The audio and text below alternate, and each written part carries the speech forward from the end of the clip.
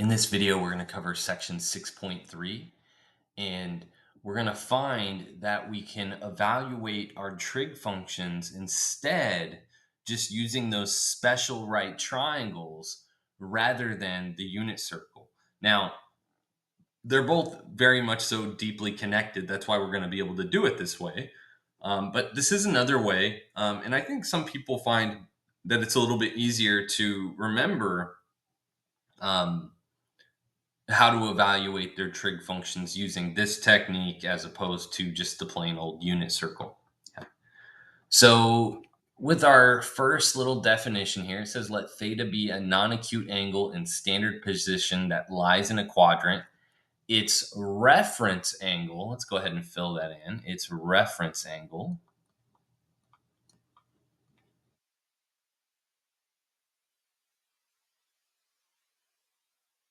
is the positive acute angle theta prime formed by the terminal side of theta in the x-axis.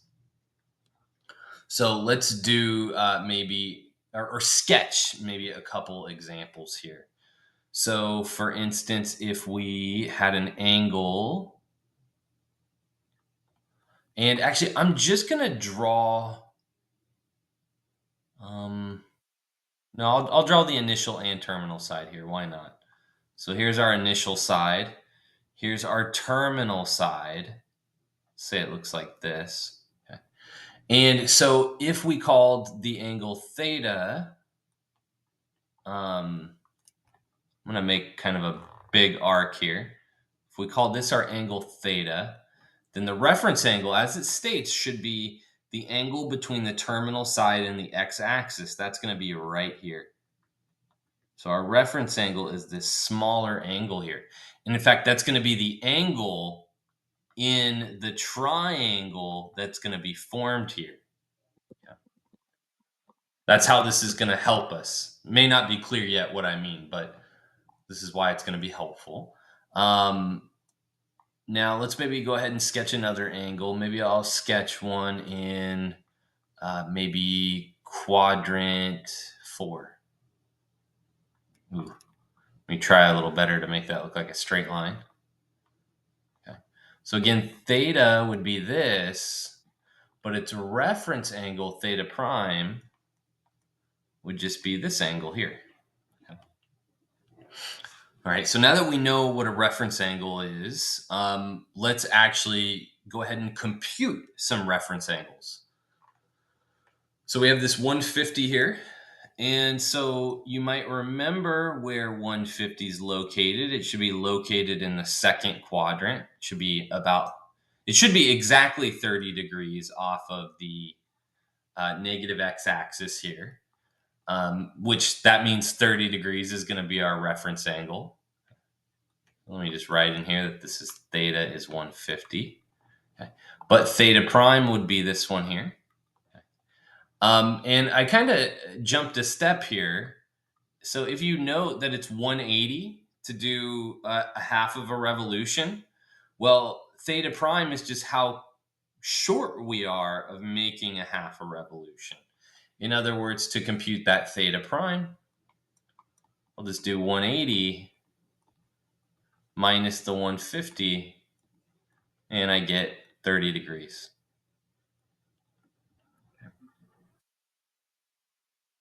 Now let's go ahead and take a look at another one, but this one's going to be in radians. All right, so 7 pi over 6, this is going to be down here in the third quadrant. Maybe I'll sketch again the initial and terminal sides here. So again, this whole thing here would have been theta, but our reference angle should be what's in here. And I want to point out that this is still not 180 now, but we're in radians, so pi radians here. And then we have our angle theta, which is that 7 pi over 6. Okay. So if we want to know that theta prime, then the question is, well, what do we want to add or subtract here to get it? Well, it should be the 7 pi over 6, the bigger angle, minus a half a revolution, which is this pi. And that should leave us with what's in between here, theta prime. And so this will just give us a pi over 6. And so these reference angles that you're seeing here, these are going to guide us on which special right triangle we want to use. Do we want to use the 30, 60, 90 or the 45, 45, 90? Let's come down here and give another one a try. 11 pi over 3. So some of you might already be aware, but this number here is actually bigger than one full revolution. Okay. So I'm going to actually have us find a coterminal angle first, and then we'll find the reference angle. Because it's going to be easier to work with a coterminal angle that's smaller. Okay. So let's see here. Let's go ahead and fill this in, coterminal angle. So, right, coterminal angles are just angles that have the same terminal side, or in other words, they end at the same location. And remember, all we do when we're looking for coterminal angles is we add or subtract multiples of 2 pi. And is what my goal is right now is to get an angle that's in between 0 and 2 pi because I'm more familiar with those angles. And I think all it's going to take is subtracting away a single 2 pi. And remember, there is a trick on your calculator to this. You can just type in 11 thirds minus 2 without the pi's and hit math and then frac. And so if we add our pi back in, we're getting 5 pi over 3 as our coterminal angle. Okay. So I'm going to actually, again, sketch that coterminal angle rather than the 11 pi over 3. And if we were to do that, we need to think about what quadrant 5 is in. Okay. And this should be over here in quadrant 4. And it should look something like that. Okay. So this right here is the 5 pi over 3. If we were to actually sketch an 11 pi over 3, we'd have to say, okay, well, we've done one complete revolution plus, let me restart that, one complete revolution plus all the way to here. Okay. So it's over one full revolution. But it's going to be easier to think about our 5 pi over 3 instead. Because all our goal is to figure out what the angle is in here. Okay. So if we want to find that, it might be helpful to note that one full revolution, right, is 2 pi radians. So if I were to take 2 pi and subtract the 5 pi over 3, we should wind up with pi over 3 as our reference angle here. And we can double check this on the calculator if we want. 2 minus 5 thirds should give us 1/3. We just had a pi next to it. Yeah. So we found our reference angles here now. Let's note something else that we know from learning about sine and cosine, and that is what are the signs, and by signs here I mean positive or negative for our trig functions. Okay. So all you really need to know is that in this quadrant, right, cosine is the x value, which would be all x values in here are positive. And then if we were to think about sine, the y values, well, those are also positive in this quadrant. If we come over to this quadrant, cosine is negative, but sine is positive. And we could say the same thing. The x values over here are negative, the y values are positive. Down here, both the sine and the cosine are negative. And then lastly, in quadrant 4, we have positive x's, negative y's, or in other words, positive or cosine's positive in this quadrant, sine is negative in this quadrant. So if we combine this with the reference angles and our special right triangles, we'll be able to evaluate trig functions on or using those angles that we're used to on the unit circle. So I kind of have the steps written out here, but it might be helpful if we were to write in ourselves our two special right triangles. I'm going to start off with the 45, 45, 90, but I'm going to write it in radians this time because I think we're going to use radians a bit more here. Let me try that again. There we go.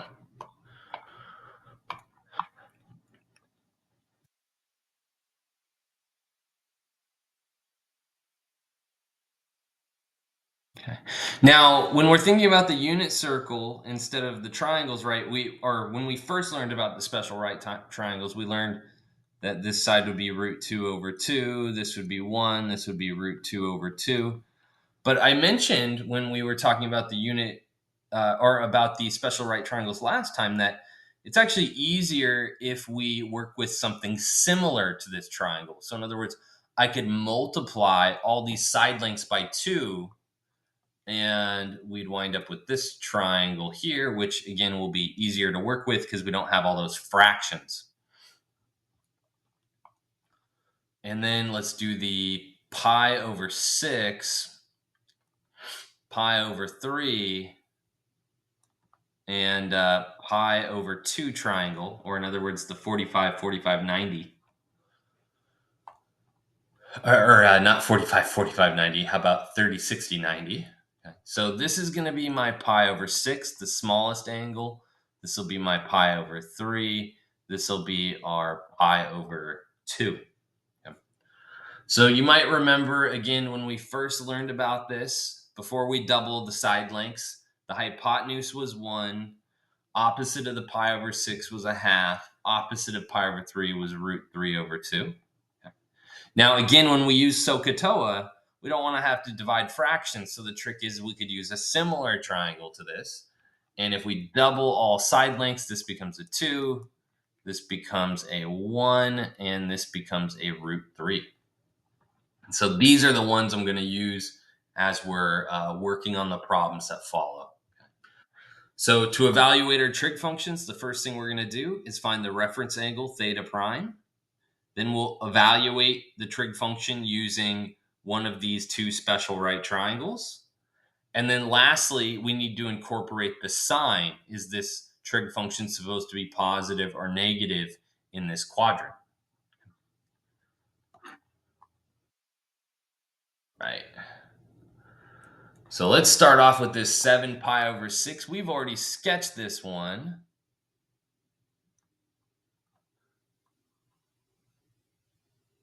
It looks like this. Okay. And we've actually already found the reference angle too. You might remember that since this was pi and this was 7 pi over 6, that the reference angle could be found by just simply subtracting those. And let me get a little bit bigger marker here and we'll write that down.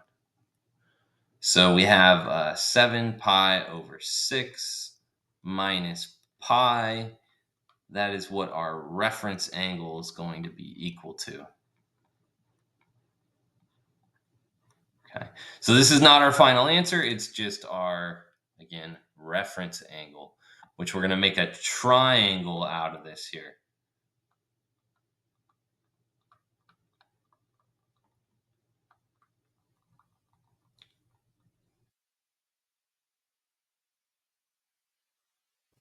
And let me make my right angle symbol just a little bit smaller. There we go. All right. Well, since my reference angle is pi over 6, that's right here. Okay. And I know the side opposite of pi over 6 should be 1. Okay. The side adjacent to the pi over 6 should be root 3. And the hypotenuse was 2. And we can go up and verify that. Opposite of the pi over 6 is 1. The adjacent side is root 3, and the hypotenuse is 2. Okay. So we have perfectly matched this triangle. So is what we'll do next is, when I show my work, at least for this, I like to say, okay, well, my goal here is to compute cosine of 7 pi over 6. But instead of computing that, I'm going to do something easier. I'm going to evaluate cosine of pi over 6. And I left this big gap right here because we need to think about for a second. In this quadrant, quadrant 3 is cosine positive or negative. And I'm going to scoot this over because I don't need that much room. We're going to get a negative. Right, cosine is the x value on the unit circle. The unit circle in that in quadrant 3 has x values that are negative.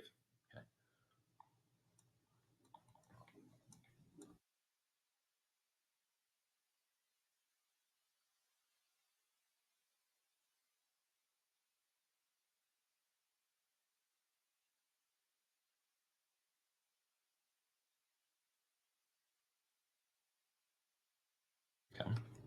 And so all I have to do now is look at this triangle and try to remember what ratio of sides do I want for cosine. And you might remember so, ca, toa. And so for the ca, it's cosine is adjacent over hypotenuse. So here's my adjacent side, here's my hypotenuse. And let's go and write in our answer. Okay. So don't forget your negative. Okay. And then the adjacent side is root 3. And then over 2. Okay. And you can actually verify this with your calculator here. So we have cosine of 7 pi over 6. Do note that this angle is in radians, so I should double check that my calculator is in radians. Mine's not, so I'm going to switch it. And then I can go ahead and quit out here. I can hit enter. And remember, we said we think that this is equal to minus root 3 over 2. And if we check the decimal approximation for each one of these, we see they have the same decimal approximation because these two things are equivalent. Okay. Now, again, one of the pros to this technique is you might wind up in a class later on where the teacher either wants you to memorize the unit circle to evaluate trig functions at these common angles, or you can use this technique. This is another good way to do this without memorizing the entire unit circle. Right. I will say I think it's good to be able to do both because there are concepts that are hit when you talk about both of these ideas. But in terms of in the long run, I would just make sure you can do one of these two for your later classes. But for now, try and do both. And we'll see that this technique that we're kind of using here, we're going to be able to use it for other types of problems here too. But we're starting with this. Okay. So now we have cosecant of minus 5 pi over 4. So I once again want to try to sketch that angle so that we can find our reference angle. Okay. Now, there's two ways of going about this, but one option might be that we actually find ourselves a co-terminal angle first, right? This is not an angle in between 0 and 2 pi, and so it'll be easier if it is. Okay, so I'm going to say here co-terminal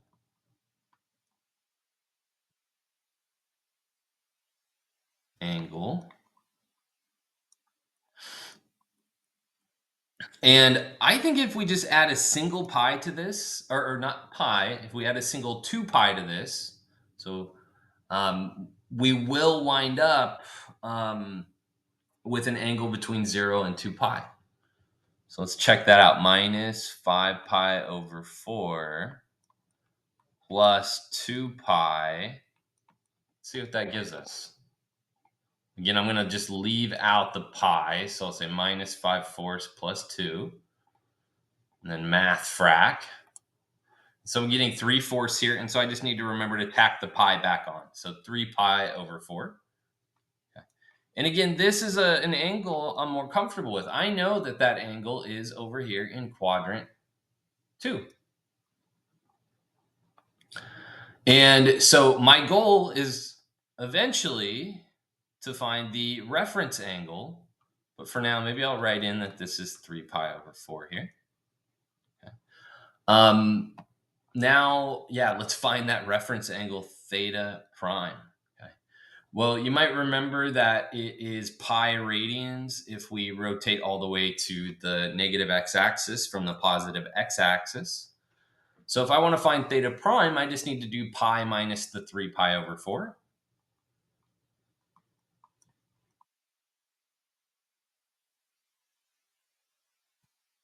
which gives us a pi over 4. Okay, so there's our reference angle. Now we can go ahead and try to sketch in a triangle here. Let's go with blue.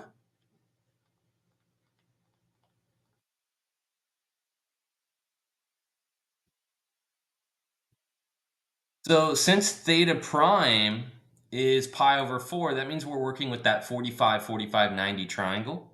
And you might remember it had side lengths of what was it? We had a root 2 here, a root 2 here, and a 2 here, I believe. Let's go up and double check that. Okay. Yeah, we had 2 on the hypotenuse, root 2 on the adjacent and opposite sides. Okay. So this looks good. And so now we can go in and try to evaluate cosecant. So again, I like to write off what it is we're actually finding. But the way we're going to find it is we're not going to think about that angle. We're going to think about the reference angle, which was pi over 4. And we need to ask ourselves, is cosecant positive or negative in quadrant 2? And I want to point out that it is positive in quadrant 2. This is because sine is positive in quadrant 2, and cosecant is 1 over sine. Okay. So I'm just going to say positive in quadrant 2.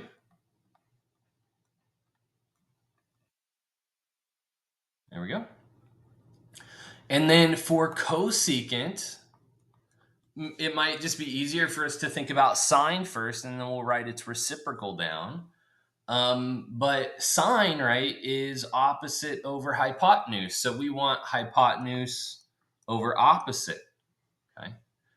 So if we do hypotenuse over opposite, that gives us a 2 over the square root of 2. Okay. But once again, we can double check this. Okay. So I'm going to come over here and I'm going to say 1 over sine of and actually, I'll put in the original angle there. What was it? It was minus 5 pi over 4. And notice I have to use sine here. We do not have a cosecant button. Again, make sure you're in radians. And if I type in 2 divided by the square root of 2, hopefully that gives us the same thing. Okay. And yeah, it does.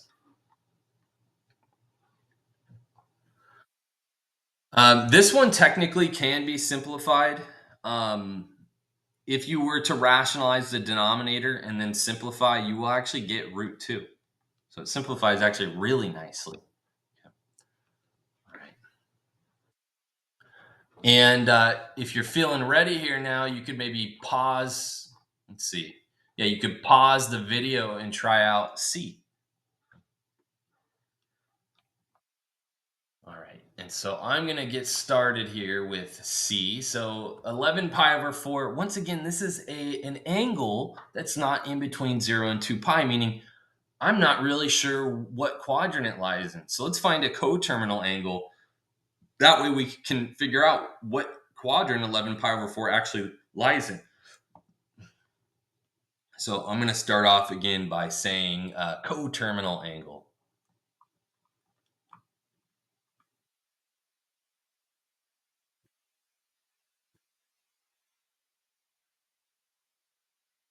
And so it looks like we just need to take away a single pi here, or a single 2 pi. I keep saying pi, but single 2 pi. Because this angle will be coterminal then. So let's see what 11 fourths minus 2 is.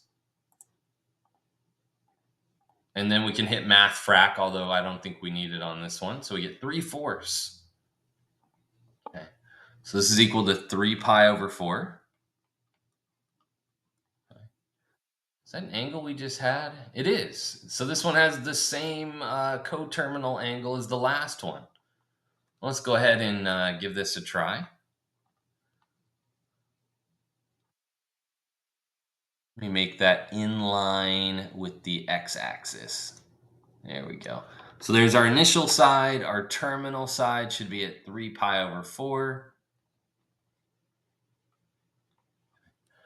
If we were to sketch in our angle theta prime, it would be here, while this angle here is 3 pi over 4. Do keep in mind this angle lands in the same spot that 11 pi over 4 is. The only difference is we would have had to make an extra revolution. So here's one revolution. Let me try that again. Here's one revolution plus the rest. That's how it would have looked.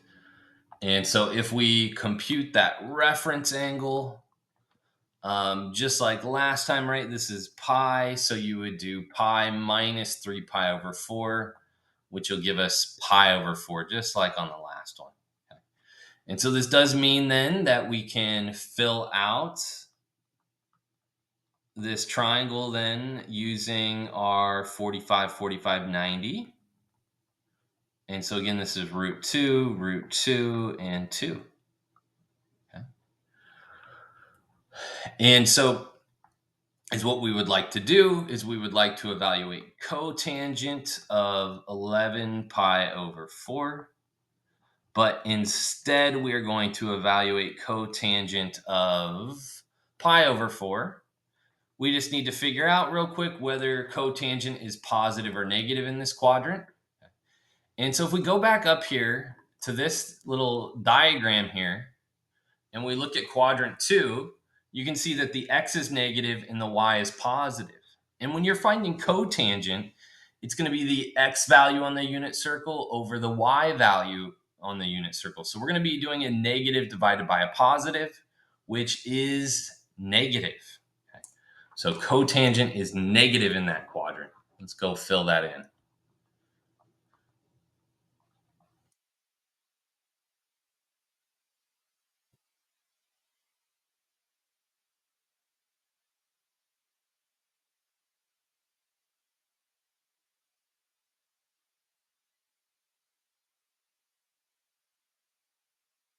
And all we have left to do is do actually x divided by y. Okay. So our x is root 2. Our y is root 2. So this just gives us minus 1. Um, some people do like to write in like a negative here so that they know that they how do I want to word this? Some people like to write in negative root 2 there so that they don't have to incorporate the negative separately. Okay. But I do think it is best to just keep in mind that when I'm writing like root 2 on the side here, I'm writing the length. I'm not writing the x coordinate where it ends, is what I'm trying to write, is just simply the lengths. And that's why all those side lengths are written in positive. Okay. All right. Let's take a look at another couple. Okay. So these last two are ones where either the process can't be done slash would be pointless. So yeah, let's go ahead and take a look here.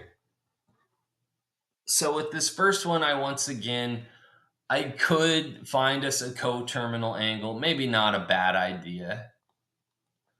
Let's see, coterminal. And let me scoot this up then a little bit. So this time it looks like I need to add a 2 pi to make this an angle between 0 and 2 pi. Let's see if that actually is enough. So minus 5 halves plus 2. And you can see that that's not enough. So I need to add actually another 2. And there we go. Now is what I'm going to get here is a 3/2 pi if I were to add two pi's. Okay. And again, what was that? It was 3 pi over 2.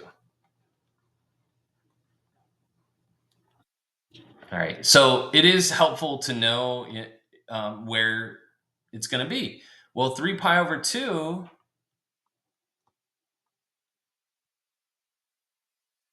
is going to be down this way. And in fact, I'm not even going to bother to find a reference angle. Let's just note what this angle actually would have looked like. Minus 5 pi over 2 actually would have looked like this. It would have been one complete revolution. Let's see. Yeah, when we added one revolution, it wasn't enough. We had to add two. So yeah, it would look like this. Okay. So we need to go in the other direction though, since this is a negative angle though. So I would want to go around here. So again, this is one revolution and then a second one plus a quarter. So that's what it would have looked like had we not instead worked with the coterminal angle, which just looks like this. Okay. But the more important part here that I haven't got to is that if we were to sketch in a unit circle here, well, this is one of the spots on the unit circle that's easy to spot. Okay. What do I mean by that? Well, I mean, we are right on one of the quadrants. So I know that this point right here is 0, comma minus 1, right? This is a circle of radius 1 centered at the origin. So this point should be 0, comma minus 1. Well, cosecant is 1 over the y value. So is what we have here is just 1 over negative 1, which is minus 1. So we didn't have to find a reference angle. Okay. We didn't even actually have to find a coterminal angle if we didn't want to. And we didn't have to think about any special right triangles here. And this will happen anytime that we land on one of the axes. Okay. Similarly, if we were to think about this pi over 6, well, if I were to sketch part of this,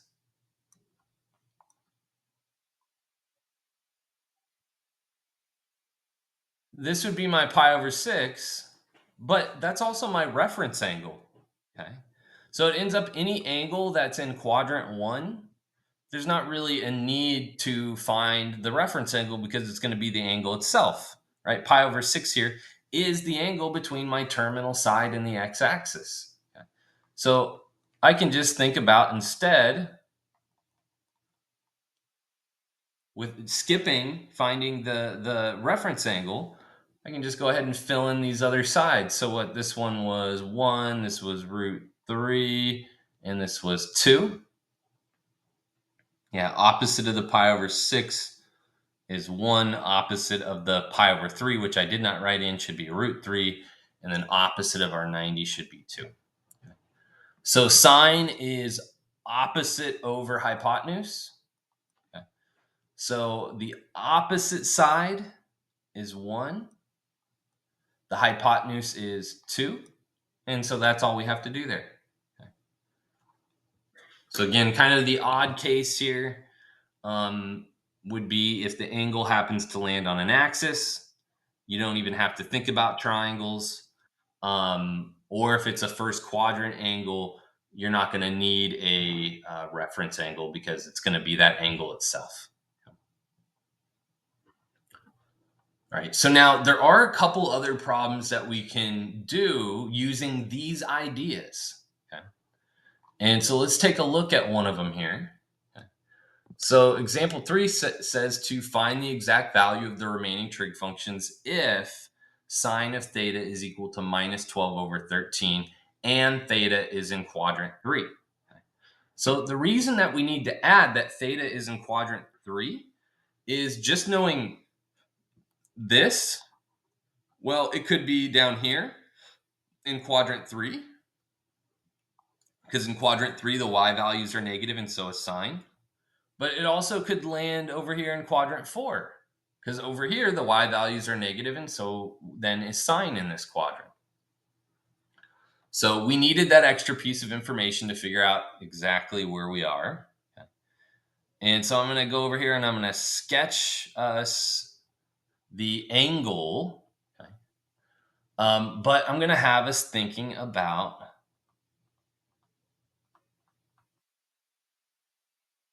the reference angle here a little bit. Okay. So maybe I'll sketch it in here. One big difference is though, is we may not actually need to compute our reference angle to do this. Now let's fill out the opposite or the opposite and hypotenuse. So the opposite side should be of length 12, while the hypotenuse should be of length 13, right? Sine of theta should be equal to opposite over hypotenuse. And we have this missing side that we need to find, so we can use our Pythagorean theorem. And so let's maybe just call that missing side there. Let's maybe call it A. Okay. So A squared plus 12 squared is equal to 13 squared. And let's see what we get here. So I'm going to grab my calculator. I'm going to do 13 squared minus, what was it, 12? Yeah, 12 squared. And then all I have left to do is take the square root. And some of you can already see that number is going to be 5. There we go. So now I know that this missing side length is 5. Okay. And I can actually use this triangle to figure out the remaining 5 trig functions, what they're equal to for the angle theta. Okay. So I'm going to come over here and I'm going to write in, let's actually start off with the easy one. Let's do cosecant of theta first. I'm saying this is the easy one because we already have sine of theta, and sine and cosecant are each other's reciprocals. So this should be instead minus 13/12. But let's do some of the harder ones here now. Let's try cosine of theta. Okay. Now, here's the thing. We're going to use this triangle we sketched. So the triangle itself is only going to give us the ratio of the sides we need. It won't tell us whether it's positive or negative. So we need to figure that out ourselves. Is cosine positive or negative in quadrant 3?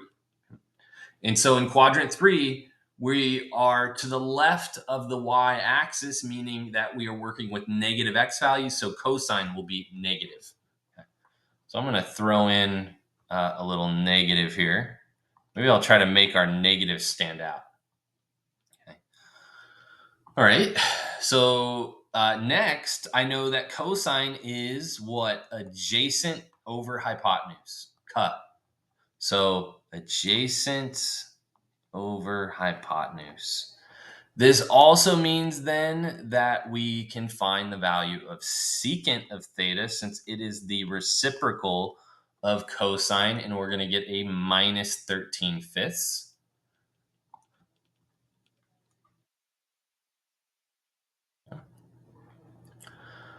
Similarly, we can go in here now and we can find tangent. Okay. So down here in this quadrant, quadrant 3, both the x values and the y values are negative, and tangent is y divided by x. So that means we're going to do a negative divided by a negative, which will be positive.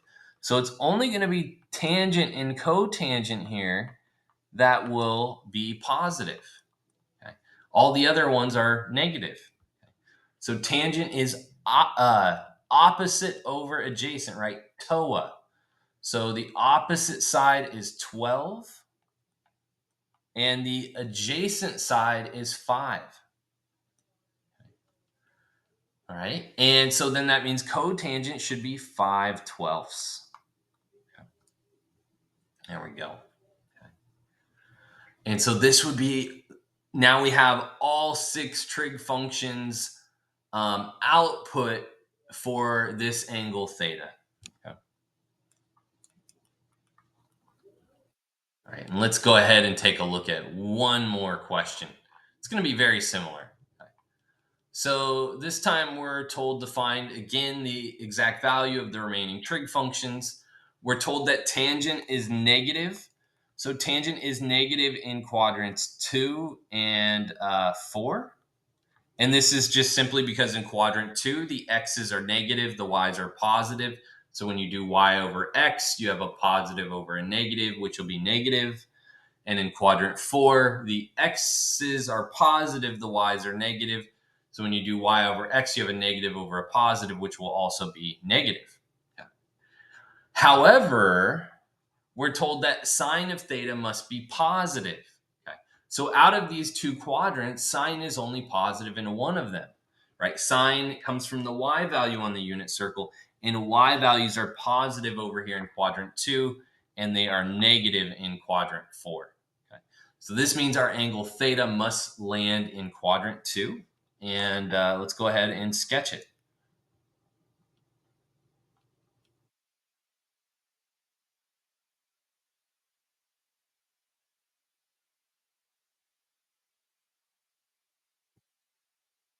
There we go. And once again, we can sketch in the corresponding triangle.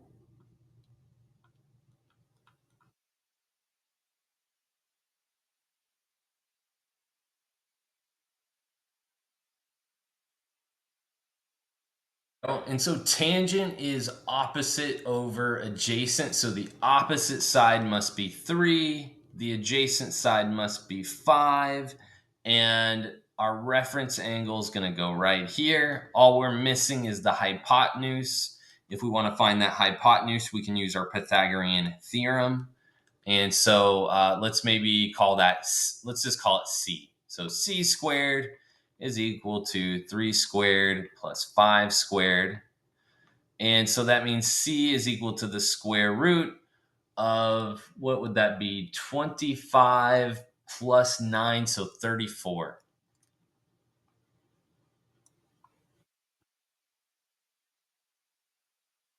There we go.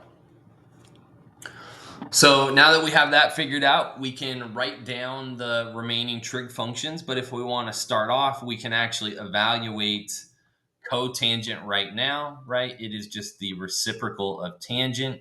So this will be a minus 5/3. The rest of these we're going to have to think about a little more. Let's write in cosine theta, and then we'll do secant of theta. I'm going to scoot this over a little more, though. There we go. Yeah, secant of theta, because that's going to be the reciprocal of cosine. And then we'll have also sine of theta and its reciprocal, cosecant theta. So in quadrant 2, right, the x values are positive. So these will both be positive. You don't actually need to write that positive in there. I'm going to erase it in a second. And I've actually written it wrong. The x values in quadrant 2 are actually negative, aren't they? So let's fix that. I'm not going to erase it if they're negative. The y values, though, so sine will be positive, and I won't write those in there once we write in what the ratio is of the side lengths on the triangle that we need. So let's start off with cosine. Cosine is adjacent over hypotenuse. So the adjacent side is 5. The hypotenuse is the square root of 34. Okay. Secant then must be the reciprocal of that. So we have root 34 over 5. And then for sine here, sine should be opposite over hypotenuse. So like I said, I'm going to erase the plus sign there. We don't need that to, say that it's positive. So the opposite side is 3. The hypotenuse is root 34. And similarly over here, cosecant should just be the reciprocal. So root 34 over 3.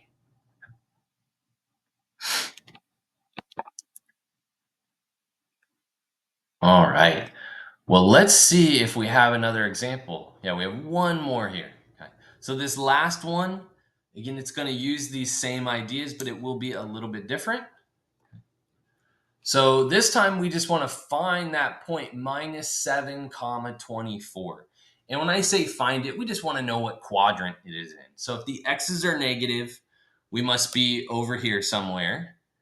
And the y's are positive, so that means we're forced to be up here in quadrant 2. So we are in the same quadrant as we were on the last one.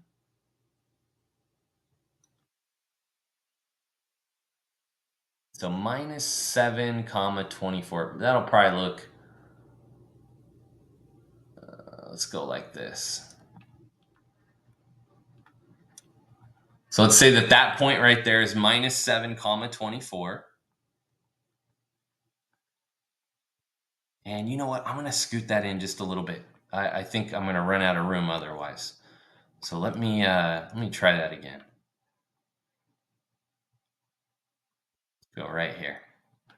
So call that again our minus 7 comma 24.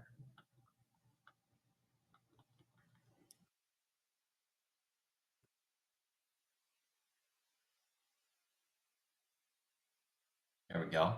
So if this point up here is really minus 7 comma 24, well, that means that this side length here is of length 7, and the height of this is 24.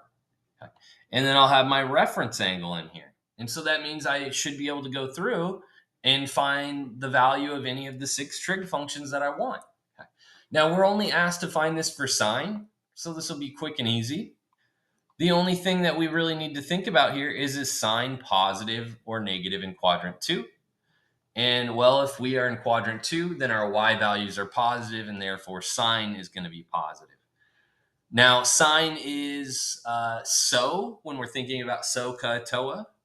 And so means that sine is opposite over hypotenuse. We are missing our hypotenuse, so I do need to go through and find that before we can actually answer this. So why don't we say here again, c squared is equal to 24 squared plus 7 squared, and then we can take the square root of that to find c.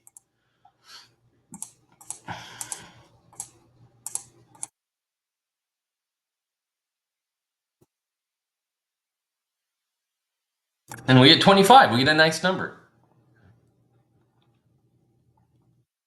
Okay. Well, let's go ahead and finish writing our answer then. So we said sine is opposite over hypotenuse, so it's 24 over 25. Okay.